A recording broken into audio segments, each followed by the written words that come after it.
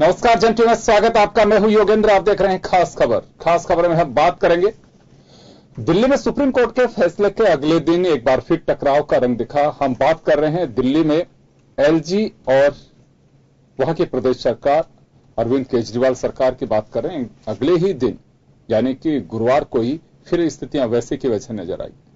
इसी बीच अरुण जेटली ने ब्लॉग में लिखा है कि सर्विसेज को लेकर के सुप्रीम कोर्ट ने कोई रास्ता नहीं दिखाया। और हम आपको बता दें कि ठीक एक दिन पहले बीजेपी अपनी तरीके से स्वागत कर रही थी सुप्रीम कोर्ट के ऑर्डर का, आम आदमी पार्टी अपनी तरीके से कर रही थी। जगह जगह मिठाइयां खिलाई जा रही थी कि हम वो जंग जीत गए हैं जो हमारा हक है। लेकिन अगले दिन ही चीफ सेक्रेटरी ने एक लेटर लिखा है, सरकार को कहा है कि जो अक्सर से जो उन्होंने कहा है उसमें साफ कहा है कि तबादलों और जो तैनाती है यानी सेवा विभाग जो है उसमें मुख्यमंत्री का दखल नहीं होगा। 2016 की अधिसूचना के अनुसार ये सारे राइट्स गृह मंत्रालय को होंगे। तो चलिए हम आपको मजमून भी दिखाते हैं और अब ये कहां जाएगा ये मामला, सुप्रीम कोर्ट का रास्ता वापस से खटखटाया जा सकता है। तो एक बार जरा सुनिए और उसके बाद हमारे पैनलिस्ट हमारे साथ दीपक भाकर साहब भाजपा नेता हैं, आदर्श पांडे आम आदमी पार्टी के नेता हमारे साथ में है, ओम सैनी साहब वरिष्ठ पत्रकार हमारे साथ है। सभी का स्वागत है। आप एक बार मजमून सुनिए। दिल्ली सरकार एलजी बनाम मामले में सुप्रीम कोर्ट के फैसले के बाद दिल्ली के उप मुख्यमंत्री मनीष सिसोदिया ने कहा कि सुप्रीम कोर्ट के फैसले के बाद भी ब्यूरोक्रेट्स उनकी नहीं सुन रहे हैं और सुप्रीम कोर्ट के फैसले की अवहेलना कर रहे हैं। हम आपको बता दें कि बुधवार को सुप्रीम कोर्ट के 5 जजों की पीठ ने दिल्ली सरकार एलजी बनाम मामले में फैसला सुनाते हुए कहा था कि चुनी हुई सरकार लोकतंत्र में अहम है, इसलिए मंत्रिपरिषद के पास फैसले लेने का अधिकार है। पीठ ने यह भी कहा कि हर मामले में एलजी की सहमति जरूरी नहीं है। माननीय सुप्रीम कोर्ट की तरफ से कॉन्स्टिट्यूशन बेंच ने आदेश दिया था, उसमें सारी चीजें स्पष्ट कर दी गई हैं। दिल्ली में सरकार कैसे चलेगी, दिल्ली में संविधान की स्थिति क्या है। लेकिन बड़े दुर्भाग्य की बात है कि उसके बावजूद ऑफिसर्स ने उस आदेश को मानने से मना कर दिया है। हमें आश्चर्य हो रहा है कि अगर देश में लोकतंत्र है और अगर लोकतंत्र में अदालतों के आदेश इस तरह से ऑफिसर्स मानने से मना करेंगे, ऑफिसर्स से इस तरह से मानने से मना करवाया जाएगा, तो लोकतंत्र कैसे चलेगा। कोर्ट के फैसले के बाद बीजेपी की तरफ से सांबित पात्रा ने केजरीवाल सरकार पर निशाना साधा।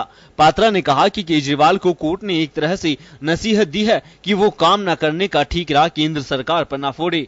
वहीं वित्त मंत्री अरुण जेटली ने अपने ब्लॉग के माध्यम से कहा कि न तो इससे केजरीवाल सरकार के अधिकार बढ़े हैं और न ही केंद्र सरकार के अधिकारों में कमी आई है। जो ये वर्डिक्ट सुप्रीम कोर्ट का आया है उसमें आम आदमी पार्टी के ये सारे प्रेयर्स धरे के धरे रह गए हैं और संविधान को सर्वोच्च बताया गया है। अगर आप इन पन्नों को ध्यान से पढ़ेंगे तो इसका जो समरी निकल कर आता है, constitutional morality is extremely important और अराजकता अर्थात एनार्की के लिए भारतवर्ष के कॉन्स्टिट्यूशनल अरेंजमेंट में कोई स्थान नहीं है।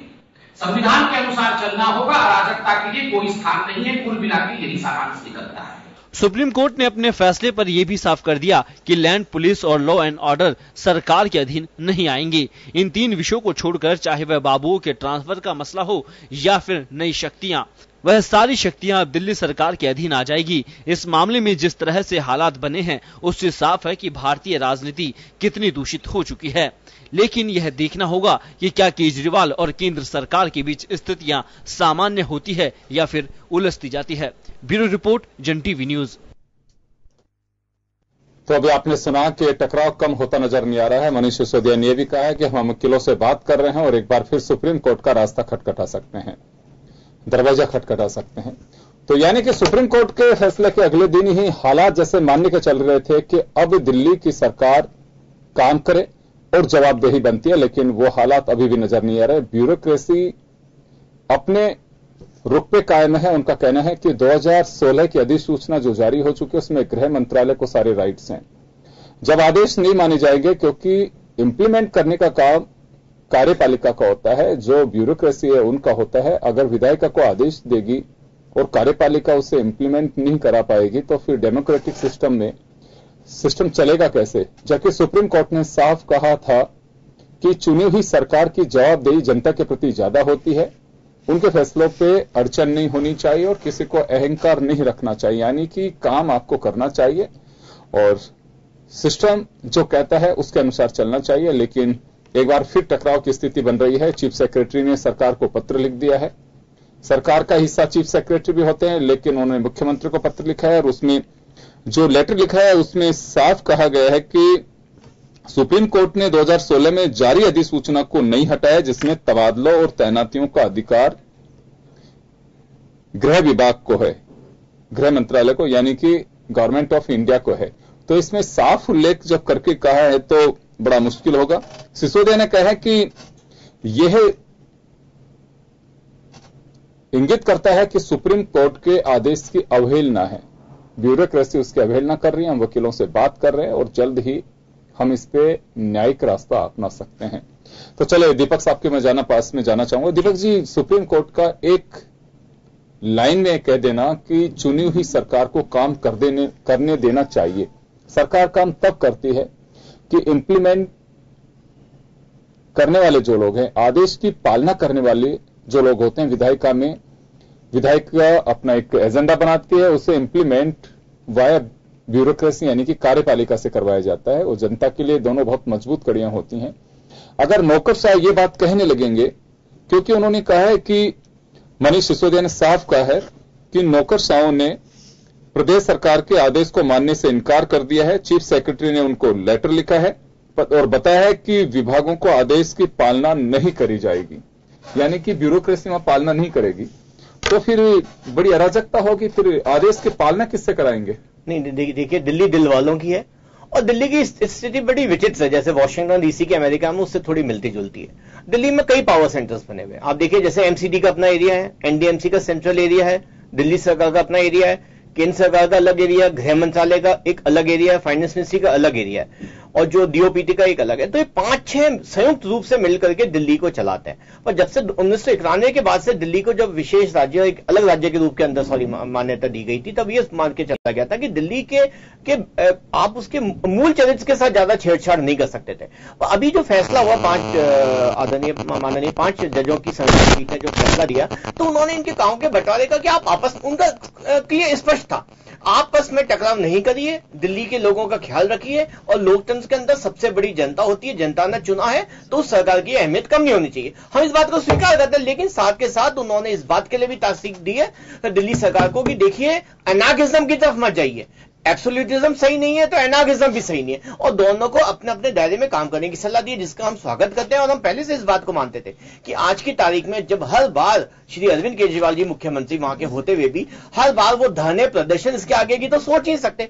और स्वाभाविक है, जिस व्यक्ति ने अपनी राजनीति की शुरुआत ही धरने प्रदर्शन तोड़फोड़ एनार्किज्म से किया, वो खुद कहते हैं आई एम एन एनार्किस्ट, तो आप इस तरह से उम्मीद कर सकते हैं कि वो लोकतंत्र के अंदर विश्वास रखता होगा या वो सोचता होगा कि किस तरह प्रशासन सुचारू रूप से चल सके या दिल्ली की जनता का भला हो सके, इससे के काम करें। फ्रीबीज बांटना, एक बात जानना चाहता हूं, प्रदर्शन करना एक स्वस्थ लोकतांत्रिक परंपरा का चिन्ह नहीं है। सर जी, धरने प्रदर्शन करना किसी भी राजनीतिक दल की स्थापना का वो प्लेटफॉर्म है जो कांग्रेस हो, चाहे बीजेपी हो, चाहे आम आदमी पार्टी हो, जिसके बिना नहीं निकल सकते। लेकिन मुख्यमंत्री ऐसा करे, ये मुझे लगता नहीं। ऐसा कोई उदाहरण इस बात का हिंदुस्तान में ऐसा कोई दल नहीं लगता सर, हिंदुस्तान में ऐसा कोई दल नहीं लगता जो पैरासूट के जरिए सीधा उसे डोमेन में ड्रॉप किया गया हो। उसके लिए मना नहीं किया योगेंद्र जी, वो तो देखो गांधी जी के जमाने में सत्य आंदोलन और जो पूरा हमने देश ने आजादी पाई तो उसके अंदर इन आंदोलन का बहुत बड़ा योगदान रहा है।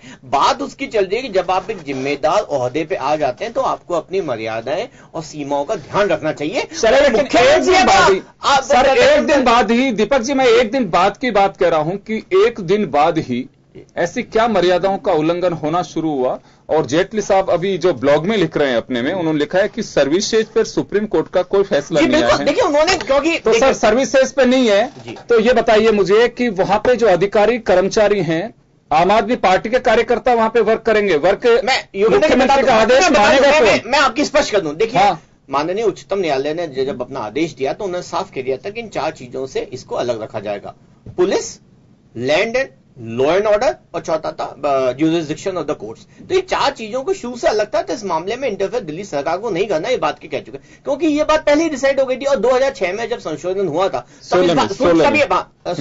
तब ये बात आ गई थी कि इस सब चीजों का अधिकार केंद्र सरकार। इस मामले में अभी तक स्थिति स्पष्ट नहीं की है। और मैं आप में एक सेकंड मुझे सिर्फ एक बात बता दीजिए सर, मैं तो एक बात कहना चाहता हूं, एक बात बता दीजिए मुझे, आप बता दें, जेटली साहब बता दें, कोई भी, मैं एक जर्नलिस्ट के नाते पूछना चाहता हूं कि अरविंद केजरीवाल आदेश किसको देंगे? एलजी को देंगे पहले, या एलजी से अनुग्रह करेंगे कि हमारा ये इतना सा काम करवा दीजिए? आप तो बता दीजिए। स्पष्ट कर दिया कि हाँ, फाइल तो जाएगी ना एलजी के पास, और सिर्फ उसके लिए जाएगी तो सहमति है, उनको सूचना देने के हिसाब से जाएगी, और हमें इसमें कोई आपत्ति नहीं है। दिक्कत तब आती है जब ऐसे आदेश दे दिए जाते हैं। लेकिन आप बताइए, मुख्य सचिव के साथ मारपीट होती है, तो आप बताइए उनके अंदर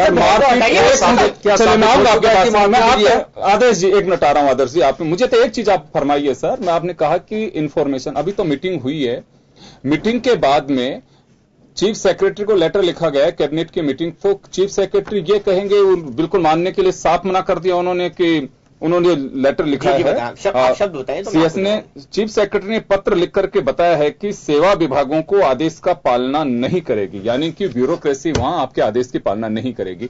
ये सीएस कैसे लिख सकते हैं? According to deputy CM Delhi Manish Sisodia ने बताया, ये हमने को ऑर्डर की कॉपी नहीं देखी, मैं आपको कह रहा हूं, अभी मैंने बयान आपको मनीष सिसोदिया का सुना है। फिर बताओ, ये मनीष सिसोदिया जी के लेटर अभी तक लेटर है सर, आया उन्होंने लगता नहीं है मुख्य सचिव इस तरह के आदेश देंगे, क्योंकि जब कोर्ट ने इस बात के लिए स्पष्ट कह दिया है कि सबको जो कार्य, आप मानते हैं कि सीएस को अगर ऐसा लेटर लिख रहे हैं तो नहीं लिखना चाहिए? देखिए, अभी तक पता ही नहीं ऐसा लेटर नहीं, अगर मैं तो एक बात कह रहा हूं कि मनीष सिसोदिया को भी हम खारिज कर रहे हैं, दोनों बातों की संभावना पे चल रहे हैं कि मनीष सिसोदिया ऐसा कह रहे हैं तो गलत कह रहे हैं, और दूसरी पहले पे भी मैं जाना चाहूंगा, आप उसको नीचे रखिए। अब ऐसा कहा होगा तो मुझे लगता है कि एक उचित कार्य व्यवस्था का हिस्सा नहीं होगी। जी ठीक है, मैं आदर्श जी आपके पास में आना चाहूंगा कि चीजों को पहले रिव्यू किया जाना चाहिए था, कॉन्फिडेंस में सीएस को लिया जाना चाहिए था। ऐसा टकराव एक अचानक, ये तो मैं घंटों की बात कर रहा हूं, ये तो कोई दिन भी नहीं हुए हैं अभी, फैसला आने के 24 घंटे के भीतर ही एक बार वापस अदालत का रास्ता चुनने की बात कही जा रही है। फिर ये सिस्टम चलेगा कैसे? आप अदालती कानून पेचीदगी में पूरा टाइम खराब करेंगे?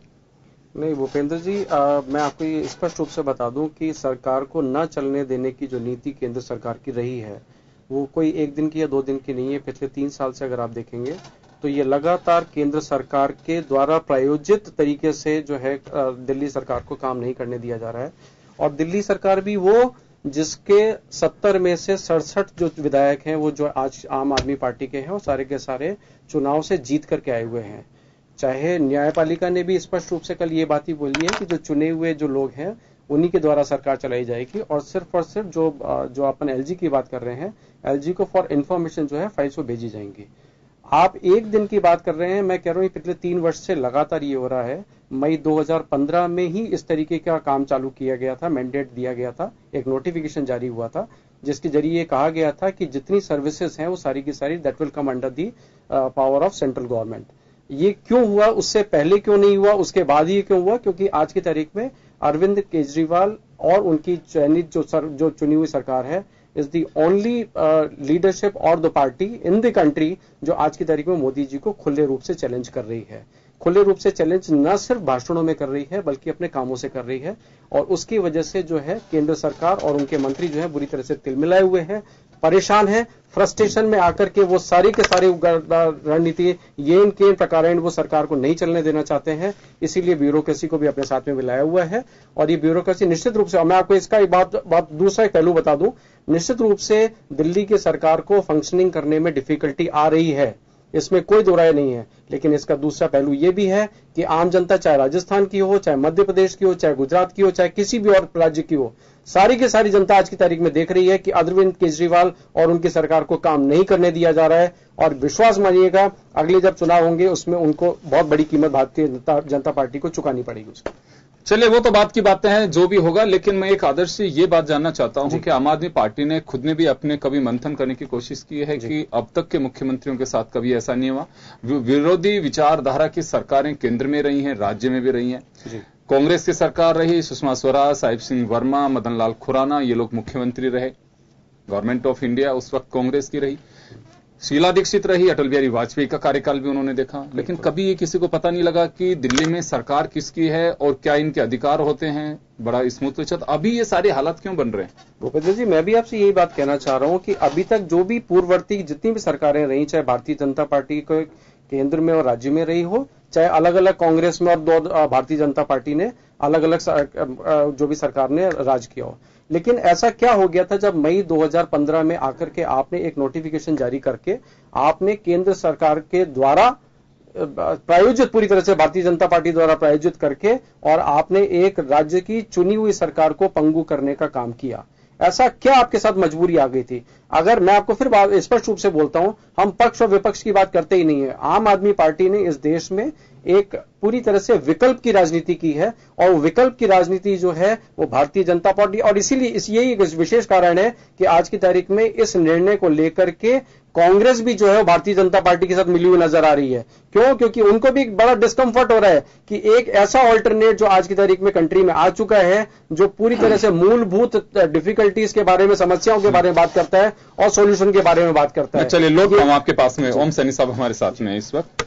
ओम जी, आपसे जानना चाहूंगा कि मैं कुछ लग रहा था, क्योंकि देश में भी सब लोग चाहते हैं कि एक नई सरकार बनी है, वहां पे पहली बार कोई पार्टी फॉर्म हुई और वो सरकार बनाने में कामयाब हो गई, तो अब उसका कार्यप्रणाली कैसी रहती होनी चाहिए। सुप्रीम कोर्ट के निर्देश के बाद जो एक पंक्ति सुप्रीम कोर्ट ने कही कि चुनी सरकार की जवाबदेही ज्यादा होती है और उन्हें भी कोऑर्डिनेशन बना करके काम करना चाहिए। ये भी कह दिया है कि कैबिनेट और इनके फैसलों की जानकारी दी जानी चाहिए, लेकिन 24 घंटे के भीतर ही वापस हालात वो क्यों हो गए? चीफ सेक्रेटरी कहते हैं कि आदेश से मानने से, उनकी जो लाइन मिस्टर सिसोदिया ने बताई है, साफ कहा है कि सीएस ने पत्र लिख करके बताया है कि सेवा विभाग यानी ब्यूरोक्रेसी आदेशों का पालना नहीं करेगी, और अब इसमें कानूनी सलाह ली जा रही है और वापस अदालत का रास्ता चुनना जाएगा। अदालत में फैसला 24 घंटे में आए, 10 घंटे में आए, 2 साल में है, ये वर्किंग उस पर डिपेंड करता है। तो क्या यही सब चीजें चलती रहेंगी, या फिर हमें चुनी सरकार को कहीं हर्डल्स हैं तो केंद्र को दूर करना चाहिए, या कहीं कोई बात है तो उसे दूर करना चाहिए? अदालत के फैसले के 24 घंटे बाद भी हालात जस के तस है। देखिए युगेंद्र जी, ये मेरे ख्याल है कि आजादी के बाद में केंद्र शासित प्रदेशों में अगर कोई टकराव कॉन्स्टिट्यूशनली हुआ है तो दिल्ली के माध्यम से हुआ है और ये जानते हुआ है कि वो जो 329 अनुच्छेद है जिसके माध्यम से केंद्र के जो विभिन्न राज्य हैं शासित, उनको किया जाता था, दिल्ली उससे फॉरवर्ड, दिल्ली का स्टेटस भी बहुत अलग है। और ये भी महत्वपूर्ण है कि एलजी और दिल्ली की सरकार से जब तुलना की सुप्रीम कोर्ट ने, तो स्पष्ट रूप से कहा कि चुनी हुई सरकार के सामने एलजी बॉस नहीं है, एलजी उसका मातहत है। लेकिन उसकी जो टिटुलर हैसियत है, टिटुलर हैसियत ये है कि आप सूचित करेंगे, उसका मतलब ये है कि हर काम को लेकर के, और एलजी रिजेक्ट नहीं करेगा, और हर काम को लेकर के राष्ट्रपति के पास में नहीं जाएगा। एलजी प्रधान जो भी मुख्यमंत्री उसके साथ में सहयोग करेगा। ये सब सिलसिला ये कल बड़ा साफ और उस पर जितने भी कानूनविद थे छोड़ दीजिए, भारतीय जनता पार्टी के जो प्रवक्ता हैं उनको छोड़ दीजिए आप, क्योंकि वो तो बहुत बायस किस्म से कर रहे हैं, लेकिन जो कानून के जानकार लोग हैं उनका कहना था बड़ा स्पष्ट रूप से कि एक चीज बड़ी साफ हो गई कि चुनी हुई सरकार के सामने एलजी बॉस नहीं है। और साथ साथ में ये बात पता लग गई इसको, ब्यूरोक्रेसी को, जिसने कि पहले से अपने आप को ऑर्गेनाइज किया हुआ, उसके बहुत सारे कारण थे, उसके कारण भी बड़े स्पष्ट हैं और उनमें समन्वय होना चाहिए तो वो ना हुआ। और जिस तरीके से, क्योंकि केंद्र के अंदर में ही आते हैं सारे आईएएस अफसर्स और उनकी पोस्टिंग वगैरह का जो सिलसिला होता है वो केंद्र के माध्यम से होता है। ऐसी स्थिति में अगर वो मना करते हैं जैसा सिसोदिया जी कह रहे हैं, तो इसका मतलब वो सुप्रीम कोर्ट के आदेश की अवमानना कर रहे हैं। अगर पहली जांच में, अगर पहली सुनवाई के साथ में निश्चित रूप से सामने आएगा, और ये तो इसमें तो कतई तरजीह नहीं जा सकती। ये तो कांग्रेस का स्वर भी बिल्कुल मिला हुआ नजर आता है। कांग्रेस के शीला दीक्षित जैसा बोल रही थी, मुझे देख के आश्चर्य हुआ कि समन्वय के सिलसिले में आप एलजी को इतना बॉस बना के क्यों चलेंगे भाई? आप जनता के प्रति उत्तरदायी हैं, जनता की बात करेंगे तो उसके बाद में एलजी को खुश करने का प्रयास थोड़ी करेंगे। साहिब सिंह रहे हों चाहे शीला दीक्षित रही हों, ये खुश करके अपने शासन को निकाल गए, और साथ साथ में केंद्र में जो प्रधानमंत्री रहे उनके सामने ये दिक्कत आई नहीं। अब ये दिक्कत आ रही, तो ऐसी स्थिति में फैसला ये होना है कि चुने हुए लोगों का महत्व है या जो तनख्वाह पे नौकरी कर रहे हैं नौकरशाह, उनका महत्व है। तो इस तनाव के अंदर सुप्रीम कोर्ट फैसला करे, बताए कि जैसे अवमानना की बात करते हुए सिसोदिया वगैरह जाना चाहते हैं और गए भी होंगे, और ये फैसला होना चाहिए। जनता ये समझ रही है ठीक तरीके से कि आप चुनी हुई सरकार को इस तरीके से रिजेक्ट नहीं कर सकते। जैसा काम इन लोगों ने वहां किया है जो हेल्थ के सेक्टर के अंदर, जो एजुकेशन के सेक्टर के अंदर, वो लाजवाब है। तो आपको क्या लग रहा है, चुनौती बना हुआ है। आपको क्या लगता है कि केंद्र सरकार जानबूझ करके और एक एजेंडे के तहत हर्डल्स पैदा कर रही है? परिस्थिति जन्य साक्ष्य तो यही बता रहे हैं कि जानबूझ करके रचे हुए हर्डल हैं, और ये बहुत ही गलत है और हमारे संविधान की भावना के बिल्कुल विपरीत है, जिसको कि रिजेक्ट किया जाना चाहिए। इसका मतलब ये नहीं कि केजरीवाल साहब बिल्कुल दूध के धुले हुए हैं। उन्होंने भी जो कुछ किया है पहले, वो अपने आप में इतना संकट में छोटा सा सवाल हो रहा है। देखिए, हमारे यहाँ पे परंपराएं बन जाती हैं, नजीर बन जाती हैं, फिर आने वाली पीढ़ी उसे फॉलो करती है। वो चाहे पार्लियामेंट और स्टेट असेंबलीज में बैठकों की संख्या की बात तो हो कि कम होती जा रही हैं, कि साहब पहले इतनी थी और 2 बैठक कम हो जाएंगे तो क्या फर्क पड़ रहा है, लोकतंत्र कमजोर हो रहा है। आज अगर ये सब कुछ ढर्रा बन गया, सरकार रहे नहीं रहे, ऊपर किसकी बनेगी नीचे किसकी बनेगी अलग विषय है, लेकिन क्या लगता है आपको कि आखिरी लड़ाई है वहां पे? देखिए, संविधान पीठ के फैसले को, ये सुप्रीम कोर्ट की संविधान पीठ ने फैसला किया है, उसके निर्देश हैं। ये दिल्ली हाई कोर्ट का फैसला नहीं है। दिल्ली हाई कोर्ट के फैसले को देख के बड़ा स्पष्ट हो जाता है, उस पर टिप्पणी नहीं करना चाहता, लेकिन बड़ा स्पष्ट हो जाता है। कल चर्चा हुई है कि दिल्ली हाई कोर्ट का फैसला कितना अपने आप में कॉन्स्टिट्यूशन की धारणा के और उसकी भावना के विपरीत रहा है। तो ऐसी स्थिति में मुझे लगता यह है कि यह फैसला होना ही चाहिए कि ब्यूरोक्रेट्स की इतनी कैसे हो सकता है कि जो सर्विस रूल जिनके बने हुए हैं, जिनके माध्यम से उनको तय किया जाता है, वो उस तरीके से चुनी हुई सरकार को चुनौती दे दें कि हम आपके आदेशों की पालना नहीं करेंगे। मेरे को ऐसा लगता है कि इस पर जो फैसला होगा वो बड़ा जबरदस्त होगा, और वो अपने आप में एक बिगर राज्य के, जिसको राज्य का दर्जा नहीं मिला हुआ है, लेकिन जिसका एक स्वतंत्र स्वरूप दिल्ली, उसके लिए कुछ फैसला ठीक तरीके से सुप्रीम कोर्ट देगा और उससे रास्ता निकलेगा। जी दीपक साहब, मैं आपके पास आना चाहूंगा। जी, जेटली साहब बड़े ही एक लर्नेड लॉयर भी हैं और पॉलिटिशियन हैं, देश के फाइनेंस मिनिस्टर भी हैं। उन्होंने जो अपने ब्लॉग में लिखा है कि सर्विस पर सुप्रीम कोर्ट ने फैसला नहीं दिया है, तो एक उनका अपना एक राजनीतिक तजुर्बा है, एक लंबा एक एक्सपीरियंस उनको है। ये बात कोट करने की कहीं आपको लगता है कि आवश्यकता है कि सर्विसेज को लेकर के अगर मुख्यमंत्री आदेश नहीं देगा अपने काम के लिए तो फिर वो करेंगे क्या? देखिए, मैं बता रहा हूं कि जैसे कि ओम जी ने बात कहा, मैं उनकी बात से बड़ा इत्तेफाक रखता हूं। जब कोर्ट के संविधान पीठ का निर्णय आया तो उन्होंने इस बात को आगे भी बोला कि आइंदा के हर छोटी मोटी बात के लिए जो भी होगा तो एक छोटी पीठ निर्णय लेगी और 5 जज की बेंच निर्णय नहीं लेगी। और जैसा कि उन्होंने कहा, it comes under contempt of court, सीधे इस तरह का लिखा गया, जिसकी लगता नहीं संभावना है, क्योंकि इनकी लोगों की तो फितरत रही है, आपकी पार्टी के जो भी मंत्री हैं, जो मुख्यमंत्री हैं, कि वो कुछ भी बोल देते हैं, कुछ भी कह देते हैं, कुछ भी कर देते हैं, और फिर माफी मांगने का सिलसिला इनका शुरू हो जाता है। अभी इन्होंने सबसे माफी मांगने वाला बीच में इनका फेस आया था, अब हो सकता है वापस माफी मांगना शुरू कर देंगे, हमसे गलती हो गई, हमने गलत कागज दे दिया। तो देखिए, अभी इंतजार कीजिए, सही गलत, दूध का दूध पानी का पानी आने वाले समय में हो जाएगा। और जिस बात की आप कह रहे हैं, देखिए अरुण जी को चूंकि वो लॉ मिनिस्ट्री में है, आपने जैसा उनके बारे में बताया, तो उनमें की बात को बोलने में तो कुछ गलत नहीं। उन्होंने उसी चीज का हवाला दिया जो कुछ साल पहले 2015-2016 के अंदर गृह मंत्रालय ने आदेश दिए थे। देखिए, मुख्यमंत्री जी को काम करने की स्वतंत्रता है, पर किसी को तंग करने की उनको स्वतंत्रता नहीं है। पर उस व्यक्ति की, मैं आपको कह रहा हूं, इस आदत में शुमार हो गया है कि वो किस तरह सुचारू रूप से चलती हुई व्यवस्था को चाहते हैं, कहीं ना कहीं अड़ंगा लगाना चाहते हैं। अब आप बताइए, बिना किसी कोई बीजेपी की तो है नहीं, कांग्रेस की तो है नहीं, वो तो एक स्वतंत्र एजेंसी है, वो क्यों उनके अधीन काम करने में डरती है, या वो सोचती है कि हम थोड़ा सा बचे?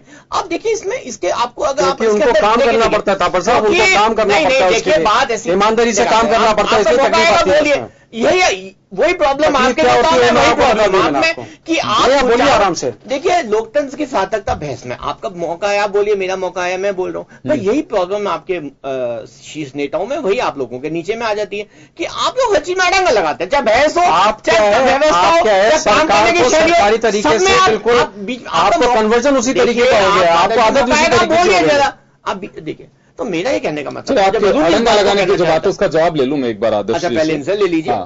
आदर्श जी, ये लगातार सवाल उठते हैं प्रतिपक्ष की ओर से, आपके प्रतिपक्ष यानी कि बीजेपी और कांग्रेस की तरफ से, कि आप लोग कोऑर्डिनेट करके नहीं चलना चाहते हैं, और यह भी आप लोगों पे आरोप लग रहा है कि काम करना ही नहीं है तो अड़ंगे लगा करके रखो ताकि उसका प्रचार प्रसार ज्यादा हो सके। भूपेंद्र जी, सैनी साहब ने बहुत वरिष्ठ व्यक्ति हमारे बीच में अभी उपलब्ध हैं, और जिस तरीके से कामकाज दिख रहा है उसके लिए किसी भी और साक्ष्य की जरूरत नहीं है। आप जाकर के दिल्ली में, मेरा एक निवेदन रहेगा कि कभी प्रेस जाकर के वहां पे कवरेज दे, हम भी आपको जो है क्लिपिंग्स बहुत सारी अवेलेबल करा देंगे। जिस तरीके से मोहल्ला क्लिनिक पे काम हुआ है, जिस तरीके से एजुकेशन में काम हुआ है, जिस तरीके से इलेक्ट्रिसिटी की जो रेट्स वो आदि कर दी गई हैं, जिस तरह से मुफ्त पानी मुहैया कराया गया, आज भी हम मानते हैं इस बात को कि यस हमारी 2 कमियां आज भी हैं। आज भी हम पूरी दिल्ली में जो है पूरी तरह से कैमरा नहीं लगा पाए हैं और इस तरह की कमियां हमारे पास हैं, हम स्पष्ट रूप से मानते हैं इस बात को। लेकिन मैं बार बार इसी बात को कहता हूं, मैं आपको एक साथ में एक चीज और जोड़ना भी चाह रहा हूं कि आज ये बताइए मुझे कि आज जो भी एक भारत के संविधान में आज 4 स्तंभ कौन से हैं? एक डेमोक्रेसी है, एक लेजिस्लेटिव है, एक जुडिशरी है और एक एग्जीक्यूटिव अथॉरिटी है। अब एग्जीक्यूटिव अथॉरिटी का स्पष्ट रूप से चुनी हुई जनता ने जो है आज की तारीख में सरकार को बना दिया। चुने हुए सारे के सारे नुमाइंदे हैं, आम आदमी पार्टी के 67 लोग विधायक हैं आज की तारीख में। तो पूरी तरह से लेजिस्लेटिव बन चुकी है। लेजिस्लेटिव का काम जो है कानून को बनाना है और उसका एग्जीक्यूशन कराना है, सारा का सारा काम एग्जीक्यूटिव का है। जब एग्जीक्यूटिव आज की तारीख में चुनी हुई सरकार के लेजिस्लेटिव की अथॉरिटीज को ही नहीं मानने से अगर इनकार कर रही हैं तो सरकार कैसे चलेगी, मुझे बताएं। मुश्किल होगा। चलिए हाँ दीपक जी, 30 सेकंड का वक्त आपके पास में, बताइए अपनी बात जल्दी से कह दीजिए। दिल्ली की जनता के सामने आप एक्सपोज हो गई है, छोटे झूठे वादे और जुमले देने से लोग वहां पे परेशान हो गए थे। जुमले बार बार क्यों कहते हैं? जुमले क्योंकि आपके साथ में जोड़ते हैं लोग फिर। इसके कारण वहां की जनता त्रस्त हो गई थी। ये जानते हैं आने वाले समय में एक्सपोज हो गए, आने वाले समय में जनता इनको नकारेगी। एमसीडी चुनाव में ये हाल देख चुके थे, लोकसभा चुनाव में भी इनका ये हाल हुआ था। आने वाले समय में इनकी स्थिति बहुत बुरी होने वाली है। उससे बचाव का रास्ता देख रहे थे, ये सोचे कुछ नहीं करो, हमें कुछ नहीं मिलेगा। एक बाई इलेक्शन हो, देखिए बाई इलेक्शन तो बहुत बड़ी बात नहीं है। एमसीडी का चुनाव सबसे बड़ा चुनाव होता है दिल्ली का। तीनों कॉर्पोरेशन सवाल में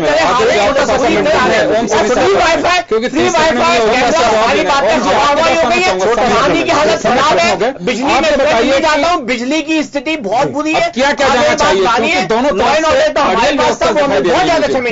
मैं एक बात बड़ा पूरी दिल्ली खुदी हुई पड़ी, आप जाकर मैं आपको एज ए विटनेस अकाउंट दे रहा हूँ। हमें अपने संविधान की रक्षा करते हुए अपने चुने हुए प्रतिनिधियों का सम्मान करने की बात पर एकजुट होना चाहिए। साथ साथ में जो ब्यूरोक्रेसी है उस ब्यूरोक्रेसी को इस तरह की उसमें नहीं आना चाहिए जिस तरीके से उन्होंने लिख करके दिया, जो कुछ दिया है। सुप्रीम कोर्ट की सीधी सीधी सारे फैसले में भावना ये रही है कि टेंशन नहीं होगा, तनाव नहीं होगा, सौहार्द के साथ में, समन्वय के साथ में काम किया जाएगा। और खासतौर से उन्होंने चर्चा नहीं की ब्यूरोक्रेसी की उस तरीके से, उन्होंने एलजी की चर्चा की, क्योंकि एलजी से ही सारा सिलसिला बन रहा था। तो ऐसी स्थिति में जो ये संकट सामने आया है तो एलजी को एक्टिव होना चाहिए कि इस तरीके के पत्र लिखने की तुम्हें क्या आवश्यकता है। एलजी को जिस तरह के, तो ऐसे में मेरा ख्याल है सुप्रीम कोर्ट का हस्तक्षेप एक बार और चाहिए और सारी चीजें क्लियर करने की आवश्यकता है। खैर चलिए, दिल्ली में चुनी हुई सरकार और सरकार काम करना चाहिए क्योंकि उससे रिजल्ट तभी आ पाता है। और लोकतंत्र के लिए, मजबूती के लिए इसमें कोई संदेह नहीं है। सबके अपने वर्क डिवीजन है तो उन पर ध्यान देना चाहिए। और चुनी हुई सरकार की जवाबदेही है क्योंकि हर 5 साल बाद आपको उस परीक्षा की घड़ी से गुजरना है और परीक्षा में पास होते हैं तो आप सत्ता तक वापस जाते हैं। खैर चलिए, दिल्ली की जंग खत्म हो ये सभी उम्मीद करते हैं। और आप सभी का बहुत बहुत शुक्रिया। और खास खबर में आज इतना, दीजिए इजाजत, नमस्कार।